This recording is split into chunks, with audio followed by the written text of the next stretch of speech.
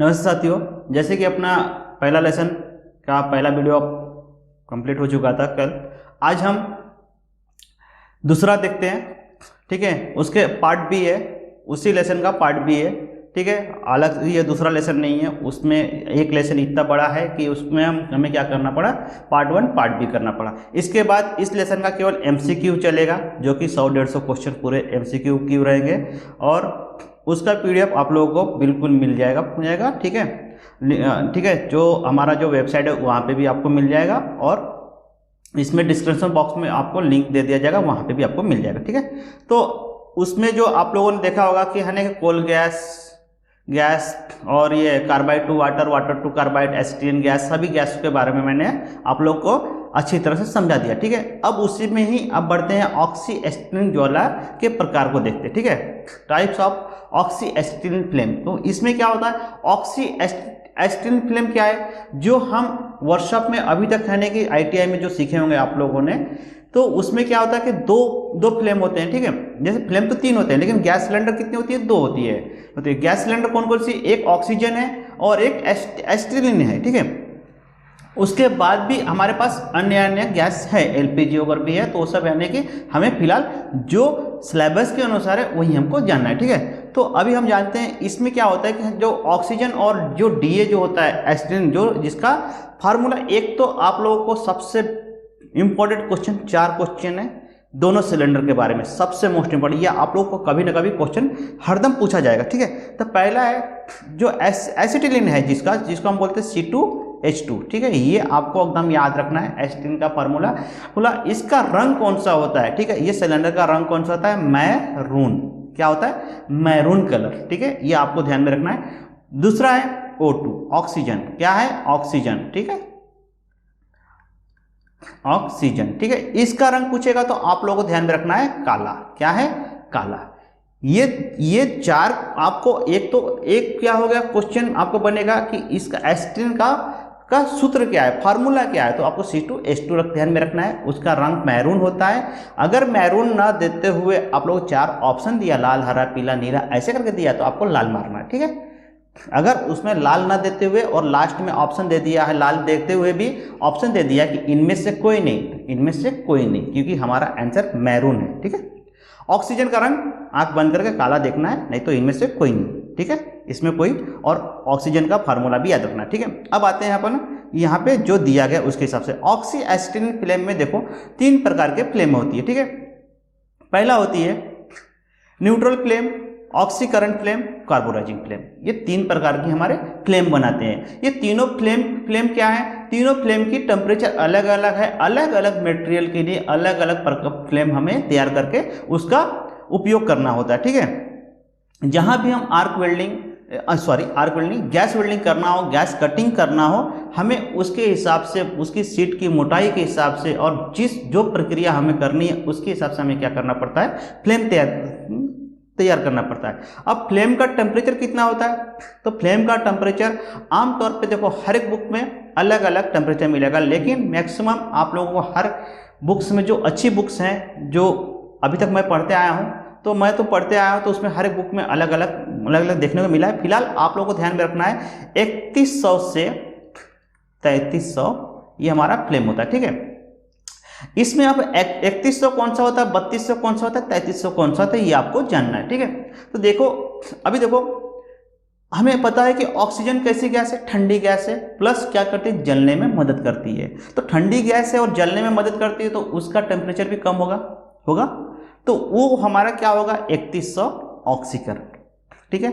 जो न्यूट्रल होता है, ये क्या है, न्यूट्रल से हम गैस वेल्डिंग करते हैं, ठीक है। न्यूट्रल आप लोगों को पता ही चल रहा है वर्ड से, न्यूट्रल मतलब क्या है, सामान्य, दोनों की मात्रा क्या होगी, उसमें सामान्य होगी। तो हमारा टेम्परेचर भी क्या होगा, 3100 से 3300 के बीच में। तो हमारा सामान्य वाला कौन सा हो रहा है, 3200।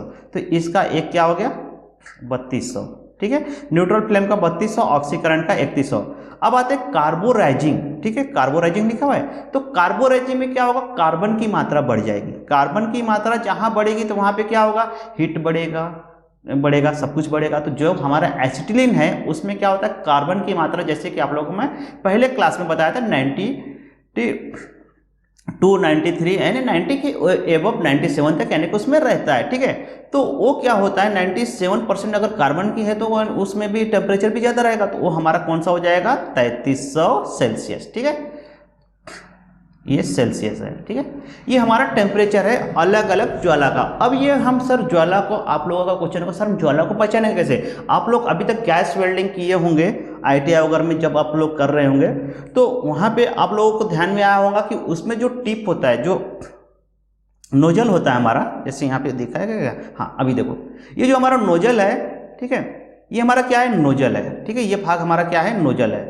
तो इस नोजल में आप लोगों को ये जो दिख रहा है इसको बोलते हैं टिप। ये भाग को क्या बोलते हैं, इस भाग को हम बोलते हैं टिप, ठीक है। और ये जो आपको दिख रहा है, ये जो है ना, ये जो आप लोगों को छोटा सा दिख रहा है, ये जो जिसको मैं रेड कर दिया, तो ये भाग को मालूम क्या करते हैं टिप कहते हैं। जब वेल्डिंग जब तैयार होता है, फ्लेम जब तैयार होता है, तो इसका जो टेम्परेचर होता है यही हमारा मेन टेम्परेचर होता है, ठीक। क्या होता है मेन टेम्परेचर हमारा यही होता है, ठीक है। अब इसका जो भी है यहाँ पे क्या है न्यूट्रल फ्लेम बोल रहा है, तो ये हमारा कितना हो जाएगा 3200 सेल्सियस, ठीक है। अब आते हैं, अब ये देखो एक ही इसमें लेयर आया है, कितना आया है इसमें एक ही लेयर आया है, ठीक है। तो इसमें एक लेयर आया है, तो अब क्या हो रहा है कि एक लेयर न्यूट्रल फ्लेम में और एक क्या हो रहा है छोटा लेयर है, ये छोटा लेयर जो कि ये टिप बोलते हैं इसको। और ये हमारा टिप अगर मेटल का पिघला वाला जो भाग है उसके ऊपर टच होता है यहाँ तक, तो हमारा क्या होता है विस्फोट होता है। और ये अगर यहाँ टच होता है तो हमारा क्या होता है मेटल को हाई टेम्परेचर से पिघलाता है, ठीक है। ये आप लोगों को एकदम ध्यान में रखना है।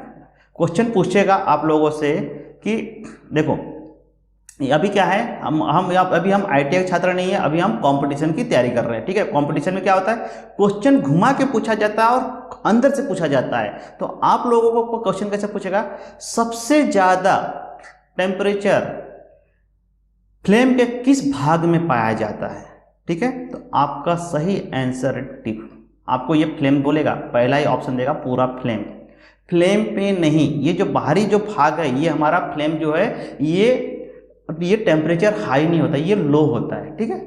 तो आपको ये ध्यान है। अब आते हैं, अब न्यूट्रल फ्लेम पे अगर हम देख रहे हैं तो पहले हम इसको थोड़ा सा पढ़ लेते हैं, ठीक है। ऑक्सी एसिटिलीन ज्वाला को गैस वेल्डिंग के लिए प्रयोग किया जाता है। गैस वेल्डिंग के लिए ऑक्सी एसिटिलीन का कटिंग के लिए भी प्रयोग किया जाता है, ठीक है। इसकी उच्च ताप वाली अच्छी नियंत्रण ज्वाला होती है। उच्च नियंत्रण ताप वाली अच्छी ज्वाला होती है। उच्च ताप मतलब हाई टेम्परेचर के साथ हम क्या करते हैं एसिटिलीन अगर आ गया तो हम उपयोग में करेंगे, ठीक है। मूल धातु के उपयुक्त गलन के लिए ज्वाला को मैनिपुलेशन प्रयोग सरलता से किया जा सकता है, ठीक है। इसमें गलन की भी क्षमता ज्यादा होती है, ज्वाला अच्छी बनती है, ठीक है।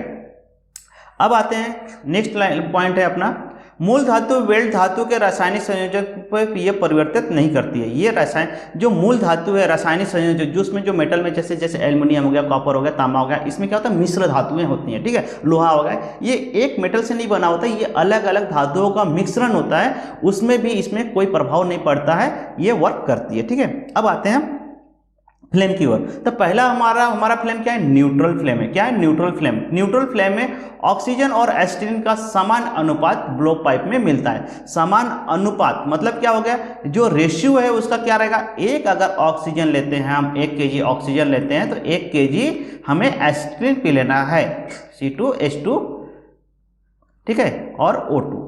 ये 1 kg सर बोल रहे हैं किलो में, अरे भैया किलो में इसलिए बोला जा रहा है जो हमारा सिलेंडर होता है उसको हम क्या करते हैं केजी में ही रिफिल करते हैं, उसको क्या करते हैं केजी में रिफिल करते हैं। आप लोगों को पहले क्लास में बताया होगा ऑक्सीजन का वजन, एसिटिलीन का वजन। तो जब हम रेगुलेटर से हम लेते भी हैं, जब सिलेंडर वॉल खोलते हैं कि हम लेते भी हैं, तो उसमें भी क्या होता है केजी के ही माध्यम से हमें मिलता है, ठीक है। तो हम उसको गैस तो है लेकिन बट क्या है उसकी क्षमता जो नापना है तो उसको हम उसमें ही नापेंगे, ठीक है, ठीक है। तो अब आता है कि यानी कि सर न्यूट्रल फ्लेम में एक यानी कि अनुपात देखो, जो गैस सिलेंडर से हम दोनों वाल्व को अगर पूरा खोल भी देते हैं तो कोई हमें इफेक्ट नहीं पड़ता है, ठीक है। लेकिन हम उसको जो अंदर का जो सिलेंडर वाल का जो मार्क दिखाता है आपका यानी कितनी गैस है वो अलग चीज है, और जो हम लेते हैं वो भी एक रेगुलेटर, दोनों का रेगुलेटर के बारे में आपको पहले क्लास में बताया है, ठीक है।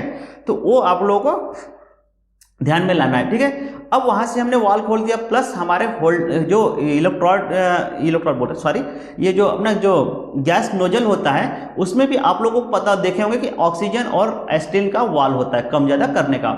वहां पे क्या करना है अपने को उसकी मात्रा को एक समान खोलना है, ठीक है।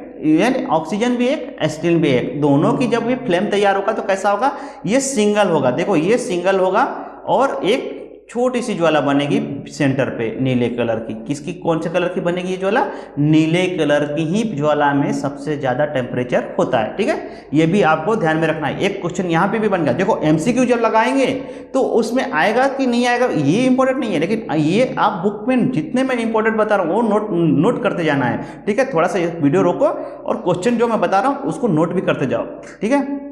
सबसे ज्यादा ज्वाला कौन से कलर के फ्लेम में पाई जाती है, तो आपको आंसर देना है नीले कलर के फ्लेम में सबसे ज्यादा टेम्परेचर की ज्वाला पाई जाती है, ठीक है।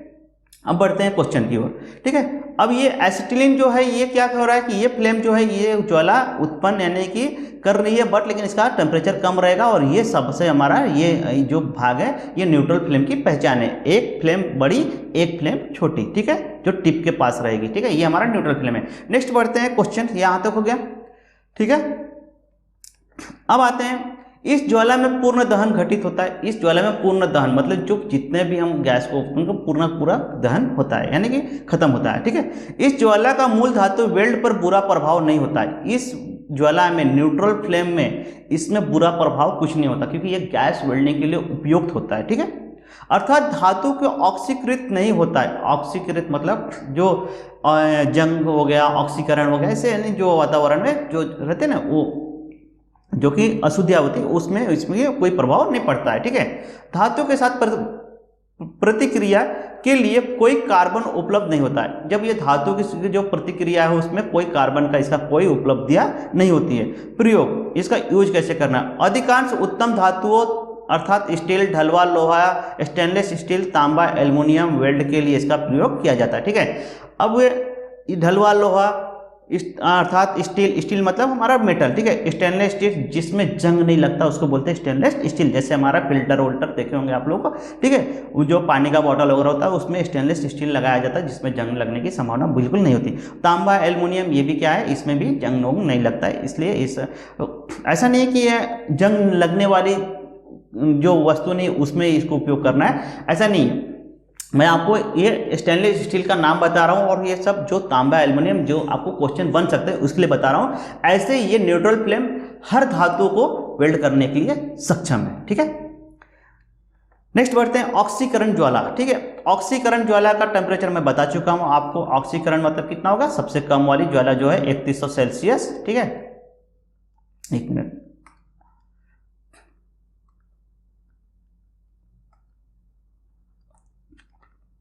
सेल्सियस, ठीक है। ये हमारी 3100 से चालू होती है, ठीक है। अब आते हैं इसमें ऑक्सीकरण ज्वाला में क्या क्या होती है और किस कहाँ उपयोग होगा, ठीक है, ये देखते हैं। जैसे गैस नोजल के बाहर आती है, गैस नोजल जो होता है जो टिप जैसे मैंने न्यूट्रल का दिखाया वैसे इसका भी देखते हैं, ठीक है। देखो ये ज्वाला कहाँ जा रही है, पहले वाली ज्वाला कैसी थी, ऐसी थी, ठीक है, ऐसी थी। ये ज्वाला कैसी है, पूरी फैल गई है। कैसी फैल गई है, ये ज्वाला पूरी फैली हुई है, ठीक है, ऐसे ऐसे पूरी फैल गई है। तो इसका जब ये ज्वाला फैल चुकी है तो क्या होगा, टेम्परेचर, जब कोई भी आग अगर फैल जाएगा तो उसका टेम्परेचर क्या होगा, कम होगा। अगर एकत्रित है तो ज़्यादा होगा। उसके बाद यहाँ पे क्या हो रहा है, आपको देखो टिप कैसा दिख रहा है, चौकीला, नोकीला दिख रहा है, त्रिभुज के आकार का दिख रहा है। वो कैसा था, न्यूट्रल का कैसा था, राउंड था। कैसा था, राउंड था, ऐसा था। तो ये एकदम आपको डायग्राम में ध्यान रखना है किसका फ्लेम कैसा बनेगा, ठीक है। उसके बाद आते हैं ऑक्सीकरण का, अभी यह पूरा आप लोग पहले पढ़ा देता हूँ उसके बाद समझाता हूँ, ठीक है। ये हो गया। इसमें एसिटिलीन की तुलना में ऑक्सीजन अधिक होती है। मैंने आपको बताया था पहले, इसमें क्या होगा कि जैसे जैसे यानी ऑक्सीजन जो मात्रा बढ़ेगी तो क्या होगा, टेम्परेचर कम होगा। और इसमें क्या होगा, एसिटिलीन की अपेक्षा ऑक्सीजन की मात्रा ज़्यादा है। तो इसका रेशियो कैसा होता है, देखो एसिटिलीन अगर हम 1 kg लेते हैं तो हमें ऑक्सीजन 2 kg लेना है, ठीक है। इसकी मात्रा है, रेशियो है, तो रेतु है। अगर देखो अभी यहाँ पे क्या हो रहा है, एसिटिलीन पहले बोला गया है, ऑक्सीजन पहले बोला गया है। तो आपको पेपर में भी ध्यान रखना है, ऑक्सीजन पहले बोल रहा है कि एसिटिलीन पहले बोल रहा है। ऑक्सीकरण ज्वाला तो ठीक है, ऑक्सीकरण ज्वाला पूछ रहा है, बट आपका रेशियो पूछ रहा है कि ऑक्सीकरण ज्वाला में कितना यानी कि अनुपात होता है गैस का, ऑक्सीजन और एसिटिलीन का। तो आपको सबसे पहले उसमें ध्यान देना है कि ऑक्सीजन जो है वो पहले आ रहा है या एस्टिन पहले आ रहा है, जो पहले आएगा उसका ही रेशियो देना है। तो इसमें ऑक्सीजन 2 होगा और एस्टिन 1 होगा, ठीक है। आप उसके हिसाब से सेट कर लेना, ठीक है। अब आते हैं ज्वाला का धातुओं पर ऑक्सीकरण का प्रभाव होता है। देखो, इसलिए मैं आप लोगों को ये सब छोटी छोटी चीजें समझा रहा हूँ क्योंकि एग्जामिनर क्या होता है, थोड़ा सा एडवांस होता है, ठीक है। आप लोग सोचोगे सर ऐसे कैसे उल्टा पूछ लेगा, इसलिए पूछेगा क्योंकि आपने कितना उस क्वेश्चन पे फोकस किया और आपको प्रिपरेशन कितना किए हैं उसलिए वो एग्जामिनर क्या करता है, रेशियो चेंज कर देगा, आपका क्वेश्चन गलत कराने का अधिकतर कोशिश करेगा। क्यों? क्योंकि जो लड़का परफेक्ट रहेगा, पूरा फोकस पेपर पे रहेगा, वो क्वेश्चन को अच्छे से पढ़ेगा, वर्ड को अच्छे से पढ़ेगा, वही लड़का सिलेक्शन ले पाए। क्योंकि आपको नौकरी दे रहा है, ऐसी जगह पे दे रहा है कि आपको दिमाग से पूरा शार्प होना उनको, कि आपको जब भी कोई हिंट भी करे तो आप समझ जाए कि वो अगला कौन सा हिंट दे रहा है, क्या इशारा उसका क्या है। इसलिए आप लोग को बारीकी से मैं पढ़ा रहा हूँ, ठीक है। एक्सपीरियंस है अपने पास पूरा, ये सब एग्जाम दे के और एग्जाम बच्चे दो देके आते हैं उनसे हम कांटेक्ट करके कि इसलिए आप लोगों को मैं हर एक चीज़ को बारीकी से समझा रहा हूँ, ठीक है। आप लोगों को इस पर फोकस करना है। अब आते हैं, ज्वाला का धातुओं पर ऑक्सीकरण प्रभाव होता है जो पीतल, वेल्डन, ब्रेजन के जिंक, टीन के वापन को रोकती है, ठीक है। ये ऑक्सीकरण क्या करेगी, जिस मेटल में कम टेम्परेचर का उपयोग होता है उसके लिए ये सक्षम है, ठीक है। उसमें हम इसका उपयोग कर सकते हैं वेल्डिंग के लिए, कटिंग के लिए, ठीक है, जिसमें टेम्परेचर की कम, जैसे एल्युमिनियम है, अब उसको 400 नहीं, मैक्सिमम 700 सेल्सियस पे क्या करता है, पिघलना चालू हो जाता है। तो उसके लिए हमें न्यूट्रल और कार्बोराइजिंग फ्लेम अगर हम देंगे तो क्या होगा, फटाक से पिघल जाएगा, खराब हो जाएगा, वेल्ड करना होगा। तो इसलिए हमें क्या करना है, ऑक्सीकरण फ्लेम का प्रयोग करेंगे जिसमें टेम्परेचर कम हो और उसके हिसाब से हम उसको पिघला सकते, ठीक है। उसका प्रयोग पीतल के वेल्ड तथा फेरस मेटल ब्रेजिंग के लिए। ब्रेजिंग मतलब क्या होता है, जो देखो आप लोग छोटी छोटी दुकानों पे, गैस वेल्डिंग की दुकान पे जो मार्केट में आपको दिखता है छोटी टंकियाँ, वो जो पाइप वगैरह को जो वेल्ड करते हैं ना, बारीक पाइप को, उसको बोलते हैं ब्रेजिंग। फिलर रॉड के माध्यम से जो भरा जाता है पतली सीटों को और पतली पाइप को, उसको बोलते हैं ब्रेजिंग, ठीक है। ये हमारा फ्लेम हो गया। इसका अनुपात आपको ध्यान में रखना है, ऑक्सीजन 2 रहेगा, एसिटिलीन 1 रहेगा। ये नोट करके लिख लो, C2H2 इधर और O2 इधर। ये हमारा ऑक्सीकरण का रेशियो है गैस का, ठीक है।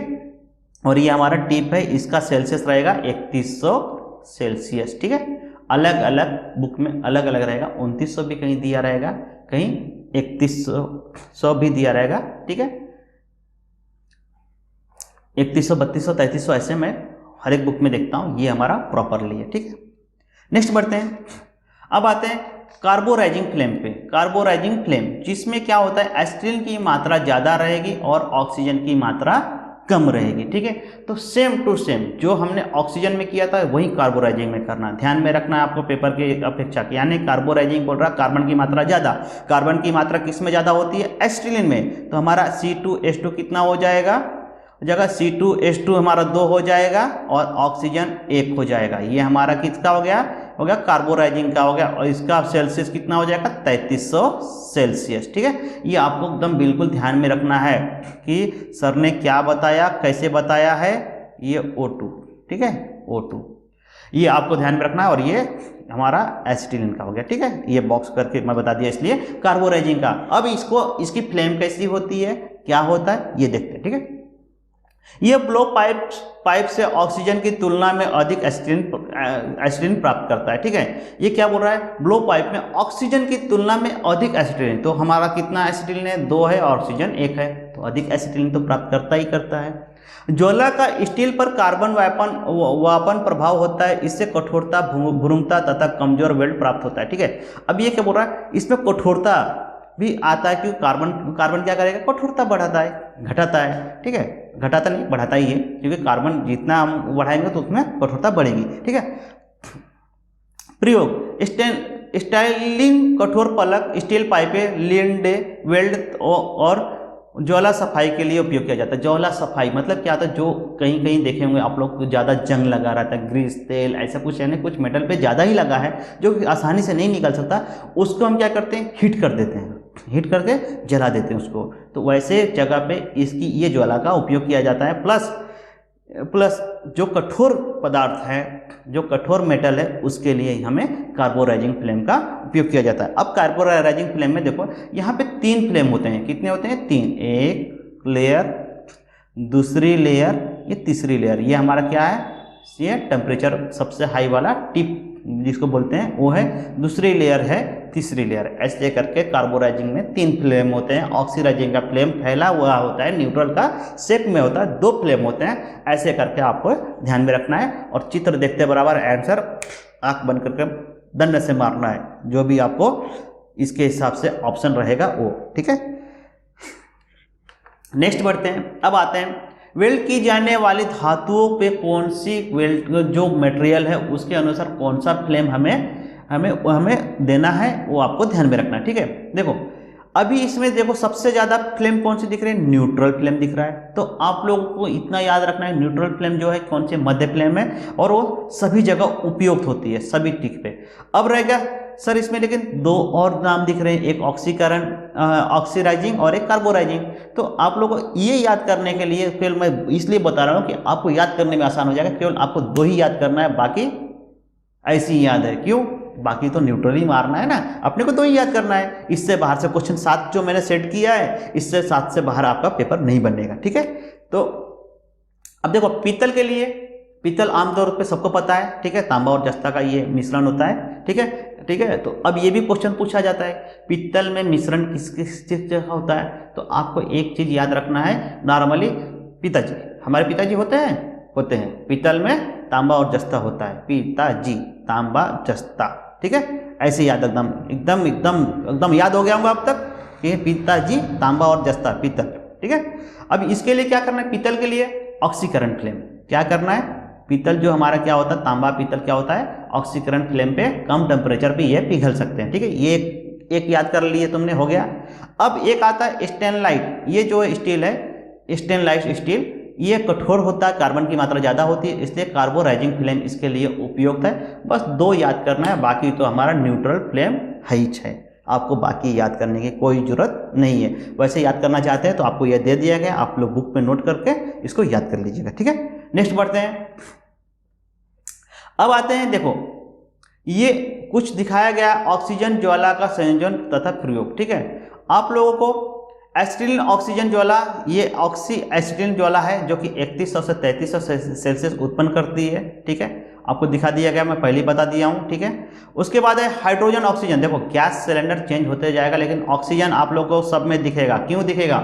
ऑक्सीजन केवल जलने में सहायता करती है, ज्वलनशील गैस नहीं है। पेपर में अगर क्वेश्चन पूछता है ऑक्सीजन का वर्क क्या है, ऑक्सीजन का काम क्या है, केवल वो जलने में सहायता करती है। ठीक है, और कुछ उसका काम नहीं है। वायु मत मारना, वायु अलग चीज है, ऑक्सीजन अलग चीज है। ठीक है, अब आते हैं हाइड्रोजन और ऑक्सीजन, और इसका सेल्सियस 2400 से 2700, ऑक्सी हाइड्रोजन ज्वाला बोलते हैं इसको। ठीक है, कोल गैस जहाँ होता है, ये क्या होता है? इसका भी सेल्सियस कम होता है। ये हमें जो समुद्री पानी के अंदर जो वेल्ड ओवर होता है उसमें हम उपयोग करते हैं। ठीक है, अब आते हैं तरल पेट्रोलियम एलपीजी बोले तो देखो पेट्रोलियम आ गया, तो पेट्रोल नहीं समझना है आपको, पेट्रोल तो है, लेकिन एलपीजी बोल रहा है, लिक्विड पेट्रोलियम क्या है? जो हम घर में सिलेंडर यूज करते हैं खाना पकाने के लिए, उसके बारे में बता रहा है ये। उसके साथ ऑक्सीजन, आप लोग देखे होंगे कहीं कहीं एलपीजी और ऑक्सीजन सिलेंडर लेके कटिंग और गैस, बाकी जो वर्कशॉप इंडस्ट्री जो छोटे छोटे होते हैं उसमें उपयोग होता है। ठीक है, तो उसको बोलते हैं ऑक्सी तरल पेट्रोलियम ज्वाला। उसका टेम्परेचर 2700 से 2800, 3100 के बाद इसका ही नंबर आता है अपना डीए जो एसिटिलीन होता है C2H2। उसके बाद हम उसके जगह पे एलपीजी उपयोग करते हैं, क्योंकि उसका ज्वाला उसके बाद थोड़ा ज़्यादा है। ठीक है, उसके बाद एसिटिलीन वायु, तो ये हमारा लास्ट है। अब आते हैं, आप लोगों को तो उपयोग प्रयोग सब बता ही दिया हूँ। अब बढ़ते हैं नेक्स्ट। ठीक है, अब आते हैं त्रुटि, टॉर्च, गैस रिसाव कैसे चेक करना है, क्या है। ठीक है, इसके बारे में। ठीक है, टॉर्च हो गया वस्तु, टॉर्च में गैस रिसाव होज जॉइंट से भी हो सकता है, वॉल तथा रेगुलेटर से भी हो सकता है, कटिंग टिप इंडिकेट से भी हो सकता है। अब इसको हम यानी सब जांचे कैसे? मोस्ट इंपॉर्टेंट आता है कि गैस को हमको जांचना है, लीकेज कहाँ से है तो उसको जांचने के लिए देख रहे हो आप लोग साबुन के पानी से। ठीक है, आप लोगों को क्वेश्चन में ये बाकी जो वीडियो बने आईटीआई के लिए जो पूछे जाते हैं, उसमें आप लोग को एक अच्छे से समझा दिया हूँ, वो भी आप लोगों को वीडियो देखना है। देखो सुमित सर के सभी वीडियो को इसलिए मैं बोल रहा हूँ देखना है क्योंकि सभी में ऐसे ही डीपली समझाया गया है। ऐसा नहीं है कि यानी कि क्वेश्चन पढ़े आंसर, क्वेश्चन पढ़े आंसर, उसमें आपको मज़ा नहीं आएगा। वो कंपटीशन के लिए नहीं है, केवल उस समय के लिए बस याद रहेगा, उसके बाद याद नहीं रहेगा। जितना आपको समझा रहा हूँ उतना अगर एक बार परफेक्टली समझ गए वो आपके लिए हरदम के लिए हो गया। ठीक है, अभी तक आईटीआई में अगर नहीं पढ़े होंगे, नहीं समझेंगे, तो आज से हमारा देखिए और समझिए। अगर आपको कोई डाउट आता है तो कमेंट्स बॉक्स में कमेंट्स करिए, उसको सोल्यूशन मिल जाएगा। ठीक है, आप पर्सनली मैसेज भी कर सकते हैं, मैं आपको बता दिया हूँ आपको। ठीक है, ये हमारा टिप जो कटिंग टिप है, वहाँ से भी आपको साबुन का पानी का घोल से जांच करना है। अब ये साबुन का पानी से घोल का जांच कैसे? देखो आप लोग टायर पंचर वगैरह देखे हो, वहाँ पे पानी का उपयोग होता है, बुलबुला छूटता है। तो साबुन का पानी इसलिए हमें करना है कि साबुन के पानी में क्या होगा, जो फोम है वो ज़्यादा बनता है, जो बबल्स हैं वो ज़्यादा बनते हैं। तो थोड़ा भी लीकेज रहेगा तो क्या करेगा, बबल्स बनाएगा, पानी नहीं बनाएगा लेकिन वो बबल्स बनाएगा, क्योंकि ये गैस से विस्फोटक पदार्थ है, आग लगने की संभावना ज़्यादा रहती है, और ऑक्सीजन तो ऐसे ही मिलता है खुले में। तो इसलिए हमें उसको बारीक से जांच करने के लिए हमें क्या करना है, साबुन का पानी का घोल का ये करना है। ठीक है, अब देखो उपचार, इसका उपचार भी आपको देखना पड़ेगा, यहाँ पे नहीं है लेकिन आप लोगों को बता देता हूँ। काम से पहले आप लोगों को सभी ये चीज़ें जांच लेना है। काम वर्क करने से पहले आपको क्या करना है, ये चीज़ें सभी, कहीं पर भी आप कोई भी काम करें तो जितने भी आपको टूल्स लगते हैं, सामग्री लगते हैं, वो सभी चीज़ें आप लोगों को पहले इकट्ठा कर लेना है। उसके बाद सभी चीज़ों को जांच लेना है। क्या करना है, आपको जांच लेना है। उससे क्या होगा कि आपको जो भी यानी कि गलतियाँ जो आगे होने वाली है वो नहीं होगी, सावधानियाँ पूरी उपयोग होगी, घटना घटने वाला है वो भी नहीं होगा। देखो गैस की जहाँ वेल्डिंग और कटिंग करोगे वहाँ पे अगर पेट्रोलियम, तेल, ग्रीस, जो खराब कपड़े हैं, कागज है, वो सब रखोगे तो क्या होगा, आग लगने की संभावना ज़्यादा रहेगी। गैस लीकेज है, विस्फोट, आग लगने की संभावना ज़्यादा है। आपको एप्रॉन पहनना जरूरी है। ठीक है, हैंड ग्लव्स पहनना जरूरी है, क्यों? क्योंकि उससे आग से आप बच सकते हैं। ठीक है, ये सब चीज़ें हो गया। अब बढ़ते हैं आगे की ओर, ऑक्सी एसिटिलीन मशीन कटिंग। अब देखो, अब ये मशीन कटिंग, वीडियो अगर लंबा हो रहा होगा तो अपन थोड़ा सा धैर्य रखेंगे, चलने देंगे। ठीक है, थोड़ा फास्ट ले लेते हैं। ठीक है, ऑक्सी एसिटिलीन मशीन कटिंग। ठीक है, ऑक्सी एसिटिलीन मशीन कटिंग में क्या होता है, दो प्रकार की मशीन कटिंग होती है, एक हस्तचलित होती है, एक ऑटोमेटिक चलती है। ठीक है, मोटर लगा होता है, उसके माध्यम से चलती है। ठीक है, अब हस्तचलित मशीन भी आप लोगों को दिखा देता हूँ। ये बोलोगे सर ये क्या है, तो जैसे आप लोगों को एक राउंड शेप में कुछ किसी को काटना है। ठीक है, प्लेट को, किसी को मतलब व्यक्ति को नहीं काटना है, प्लेट को काटना है। ठीक है, देखो कैसा है कि यानी कि वर्ड का मीनिंग थोड़ा चेंज हो जाएगा कोई बच्चा के लिए। ठीक है, लेकिन हम जो पढ़ा रहे हैं उस पर आपको फोकस करना है। ठीक है, समझना है कि सर क्या वर्ड बोले हैं। ठीक है, तो हस्तचलित मशीन में देखो, आपको अगर राउंड शेप में अगर ऐसे काटना है, ठीक है, ऐसे गोल काटना है। ठीक है, थोड़ा टेढ़ा हो गया, फिलहाल चलता है, ऐसे काटना है। ठीक है, या आपको कुछ ऐसा कुछ डिजाइन्स बनाना है। ठीक है, ऐसे करके ई बनाना है। तो आप लोगों का कटिंग करते समय है हस्तचलित, तो हाथ थोड़ा बहुत हिलेगा, कम ज़्यादा होगा, तो आपका फिनिशिंग नहीं आएगी। इसलिए एक विद्युत चलित भी मशीन आ चुकी है, हस्तचलित। अब हस्तचलित देख लो, ये हस्तचलित मशीन है। ठीक है, इसमें क्या होगा, ये नोजल यहाँ पे लगा हुआ है। ठीक है, ये नोजल लगा हुआ है यहाँ पे, और यहाँ पे आपका कम ज़्यादा करना है हाइट का। यहाँ पे गैस फ्लेम का ये कम ज़्यादा, ये फ्लेम आ रही है, ये आपका भाग दिया सरकाने कम ज़्यादा करने के लिए। और ये आपको दिख रहा है, ये क्या है, ये यहाँ पे सेंटर पे ना, जैसे अपन बोलते हैं ना वृत्त का केंद्र, ये केंद्र पे यहाँ पे टच है, और ये ऐसे राउंड में आप घूम रहा है। ठीक है, ये इस दिशा में ऐसे घूम रहा है। तो ये क्या है, हस्तचलित मशीन है, इसको हम हाथ से घुमा रहे हैं। ठीक है, तो ये हो गया। प्लस एक विद्युत चलित मशीन है। ठीक है, इसमें दो प्रकार है, पोर्टेबल और स्टिक, दो मशीन है। तो आप लोगों को ये देखना है। ठीक है, अब ये पोर्टेबल मशीन भी देख लीजिए, ये पोर्टेबल मशीन है। ठीक है, ये मशीन है पोर्टेबल, इसके बारे में मैं भी आपको बता देता हूँ। पहले हस्तचलित का ये हो गया। ठीक है, अब आते हैं पोर्टेबल के, दो प्रकार की मशीनें उपलब्ध होती है। एक पोर्टेबल मशीन ये है, ठीक है, और एक मशीन ये है, ये एक पोर्टेबल मशीन है। ठीक है, तो दोनों मशीन के बारे में आपको मैं समझाता हूँ। ठीक है, अब ये पोर्टेबल मशीन में एक मशीन हो गई ये है और ये। ठीक है, ये कटिंग औजार है। ठीक है, इसमें भी गैस और एस्ट्रीन और जैसे मन हम वैसे काट सकते हैं। ठीक है, वाहन जिसमें एक वेरिएबल मोटर सम्मिलित होता है। जैसे ये देखो, ये क्या हो रहा है, एक यहाँ पे मोटर लगा हुआ, तो ये मशीन है, यहाँ से हम स्पीड कंट्रोल करते हैं। ये जो भाग है स्पीड कंट्रोलर है, करंट केबल ये इधर है, ठीक है। ये ट्रैक है, ये क्या है, ट्रैक है। इसी ट्रैक पे जैसे ट्रेन की पटरी होती है ना ट्रैक, वैसे ही ये मशीन के लिए एक ट्रैक बिछाया जाता है, जिसके ऊपर ये पोर्टेबल मशीन चलेगी। नहीं तो क्या होगा, हम अगर नॉर्मल मेटल पर रखेंगे तो कम ज़्यादा आगे पीछे होगा, इसलिए नहीं चलेगा, ठीक है। इसके बाद ये क्या है, ये है नोजल है हमारा, यहाँ पे से फ्लेम हो रहा है, ये कटिंग होते हुए आ रही है, ठीक है। इसको बोलते हैं पोर्टेबल कटिंग मशीन, ठीक है। ये विद्युत से चलने वाली मशीन है, सेट किए जाने पर नियत रहती है। मशीनों को हस्तचलित मशीन की तुलना में यह बेहतर कट को उत्पन्न करती है, ठीक है। हस्तचलित जो हाथ से चलाते हैं उससे ये अच्छी कटिंग मशीन करती है, ठीक है, कटिंग करती है। हस्त प्रकार मशीन की तुलना में विद्युत चलित मशीन की गति के पारस अधिक होती है, इसकी स्पीड उससे ज़्यादा होती है, ठीक है। मैं इसलिए आप लोग पढ़ के शॉर्ट में बता रहा हूँ कि जो इंपॉर्टेंट है वही चीज़ें बताऊंगा, ठीक है। टाइम भी अपने को देखना है। तथा गति के संयोजक को नियंत्रित अधिक शुद्ध ढंग से करने में सहायता मिलती है। कटिंग की मात्रा बुद्धिदित करने के लिए मल्टीपल कटिंग हेड को आरोहित किया जा सकता है, ठीक है। मल्टीपल कटिंग मतलब जैसा हम चाहेंगे वैसा हम उससे काट सकते हैं, ठीक है। अब ये ट्रैक की दिशा 90 डिग्री के केंद्र में साइड के विस्तृत होती है, ठीक है। ये हमारा ट्रैक हो गया, ये अच्छे से ट्रैक दिखाया गया। इधर से भी कटिंग हो सकती है, इधर से भी, एक साथ हमें दो कटिंग एक ही मशीन से हो सकती है। ये स्पीड कंट्रोलर है। अब ये हमारी मशीन है, ठीक है। अब देखो, ये देखो 4 नंबर क्या है, 4 नंबर यहाँ पे देखो स्पीड कंट्रोलर हैंडल है, ठीक है। ये हमारा 1 नंबर क्या है, इलेक्ट्रोड प्लग है, इलेक्ट्रिक जो जहाँ से बिजली देंगे, ये मशीन चल रही है तो बिजली देंगे, इसके अंदर मोटर है, सब कुछ है, तो इसको हम बिजली भी देंगे, ठीक है। फिर दूसरा आता है ड्राइव मोटर स्विच। दूसरा कौन सा, ये ड्राइव मोटर स्विच है, ऑन ऑफ का, ठीक है, ऑन ऑफ लिखा हुआ है यहाँ पे, ठीक है। उसके बाद आता है प्लॉट लैंप। तीसरा क्या है, तीसरा किधर है, ये प्लॉट लैंप, मतलब ये आपको इंडिकेट कर रहा है मशीन चालू है कि बंद है, ठीक है, इंडिकेटर, ठीक है। पांचवा क्या है, स्पीड मीटर। पांचवा कहाँ है स्पीड मीटर, ये हमारा पांचवा किधर गया, ये हमारा स्पीड मीटर है, क्या है, स्पीड मीटर है, ठीक है।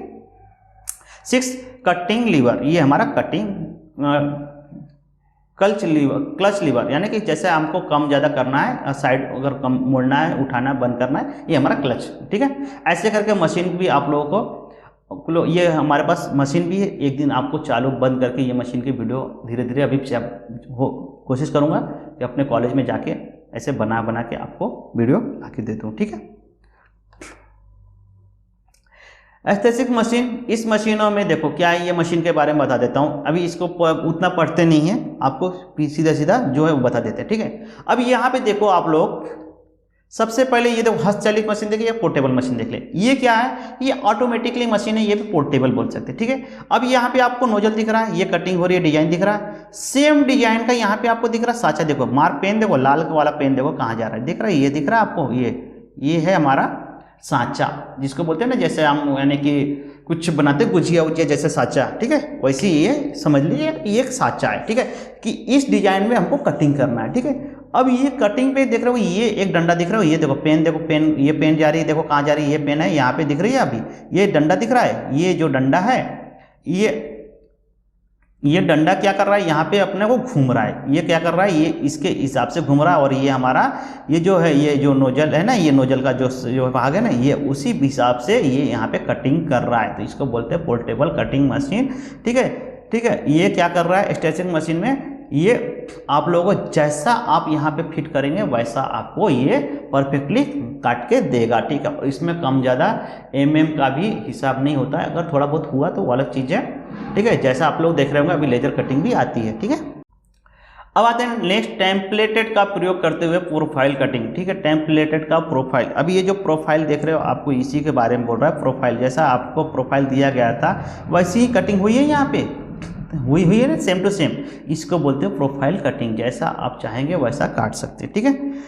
आज के लिए हम यहीं पे क्लास को रोकते हैं। आगे इसका जो पार्ट 3 आएगा केवल MCQ रहेगा, 100-150 क्वेश्चन, अधिक से अधिक क्वेश्चन, जितना जो देखो नॉर्मल क्वेश्चन रहेगा, जो सबको याद है वो क्वेश्चन को नहीं लेते हुए मैं जो क्वेश्चन जो थोड़ा सा अलग टाइप का दिखता है उसको ही मैं कोशिश करूंगा कि यानी कि कम समय में आपको ज़्यादा से ज़्यादा ज्ञान दे सके और ज़्यादा से ज़्यादा क्वेश्चन करा सके। अगर आप लोगों को नॉर्मल क्वेश्चन भी चाहिए, अगर वीडियो लंबा आप लोग देखने के लिए पसंद करते हैं तो आप ऐसा कमेंट्स करिएगा, तो मैं आपको सारे क्वेश्चन कराऊंगा, एक छोटा हो बड़ा हो, आसान हो हार्ड हो, सभी क्वेश्चन को अच्छी तरह से कोशिश करूँगा कि आप लोग समझाऊँ और कराऊँ। ठीक है, आज के लिए आप इतना ही रखते हैं। धन्यवाद।